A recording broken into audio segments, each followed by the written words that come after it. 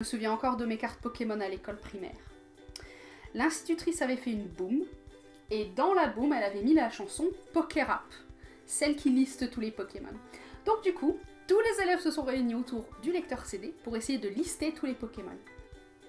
Et l'institutrice nous a regardés d'un air vraiment bizarre en se demandant ce qu'on foutait au lieu de danser. Ou encore les Scooby-Doo, avec les parents qui font des crises de nerfs parce que ça traîne partout. Ou qu'on manque de les cramer pour essayer de brûler les petits bouts à la fin. Les répliques de Gad Elmaleh qu'on essayait de caser autant qu'on pouvait. Les carnets d'Idle, les Pog, les Tamagotchi, c'est loin tout ça. Mais ça n'a pas disparu. Les jeunes aujourd'hui ont trouvé d'autres moyens de gaspiller leur argent dans des choses éphémères et inutiles. Sauf les Pokémon. Les Pokémon c'est immortel, et c'est d'intérêt public. En bref, aujourd'hui, on va parler des modes qui ont envahi les écoles.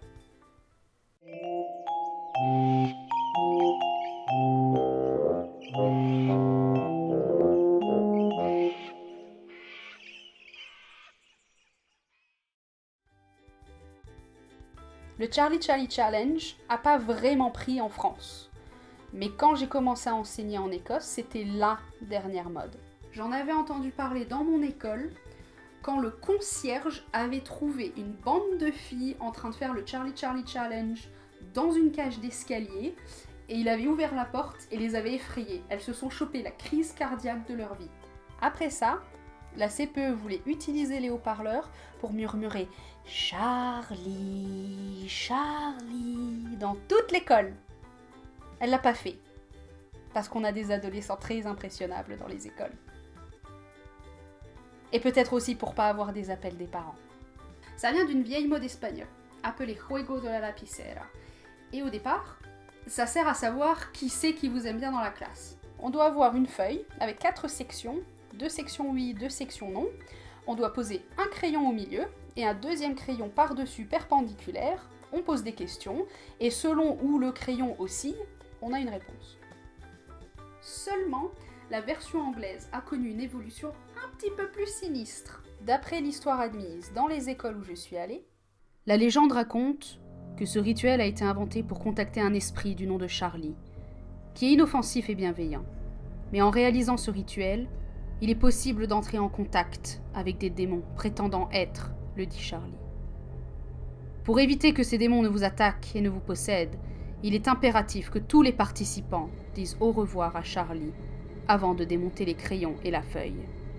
Si vous ne le faites pas, vous laisserez un portail sur le monde démoniaque ouvert. Ouais, c'est un petit peu plus costaud que savoir qui vous aime ou pas dans la classe. Selon vos priorités, bien sûr. Charlie, est-ce que Julie de ma classe de 6e A était amoureuse de moi ?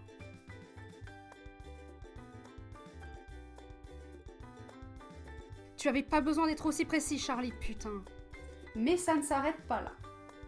Des sites parodiques ont fait des articles expliquant qu'il y aurait eu des prétendues morts mystérieuses à cause du Charlie Charlie Challenge. Et un journal fidjien a repris l'information comme étant vraie. Du coup, le gouvernement fidjien a pris tout ça au sérieux, a interdit le Charlie Charlie Challenge, et il y a d'autres pays qui ont suivi. Je précise, il n'y a eu aucune mort suspecte à cause du Charlie Charlie Challenge. Par contre, des chutes dans les escaliers, ça m'étonnerait pas. Finalement, ça change pas trop du Ouija board ou du Bloody Mary de quand on était jeune.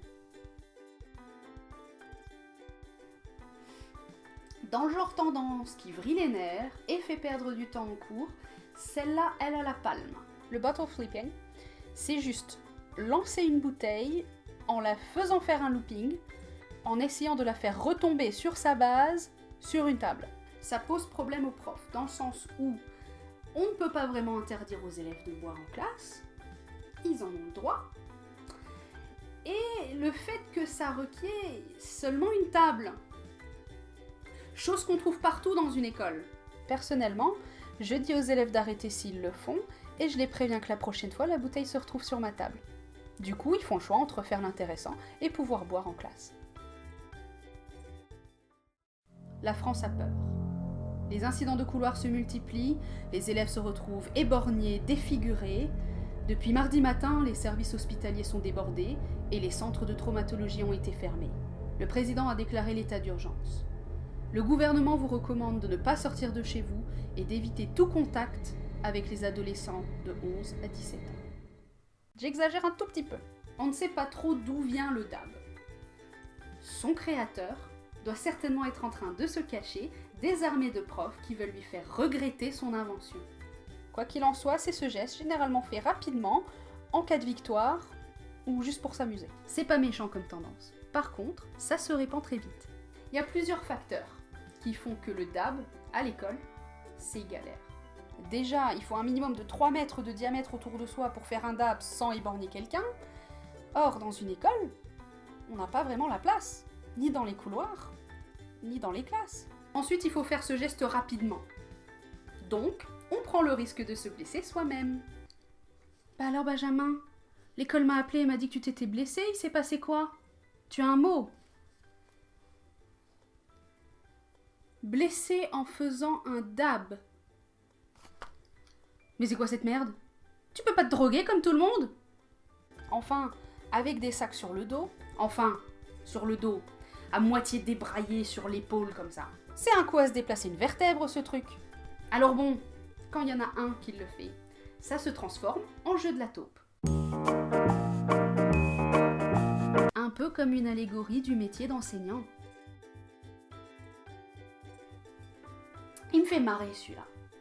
Parce que soudainement, presque l'entièreté de la population de l'école souffrait du trouble de déficit de l'attention qui ne pouvait être résolu qu'avec un fidget spinner. C'est fou, hein, cette épidémie du trouble de déficit de l'attention. Ici, vous pouvez voir une avancée soudaine du trouble de déficit de l'attention, dépassant les statistiques de la grippe. N'oubliez pas de sortir couvert et avec un fidget spinner. Non mais on va se mettre d'accord tout de suite. Si l'élève, il a vraiment un trouble du déficit de l'attention, et que l'école fait son boulot, il a déjà des stratégies mises en place. Si après, il a besoin d'un fidget spinner en classe, pourquoi pas? Mais il faut que ce soit une stratégie pour cet élève. Il n'y a pas une seule manière de faire pour toutes les personnes souffrant du trouble de déficit de l'attention.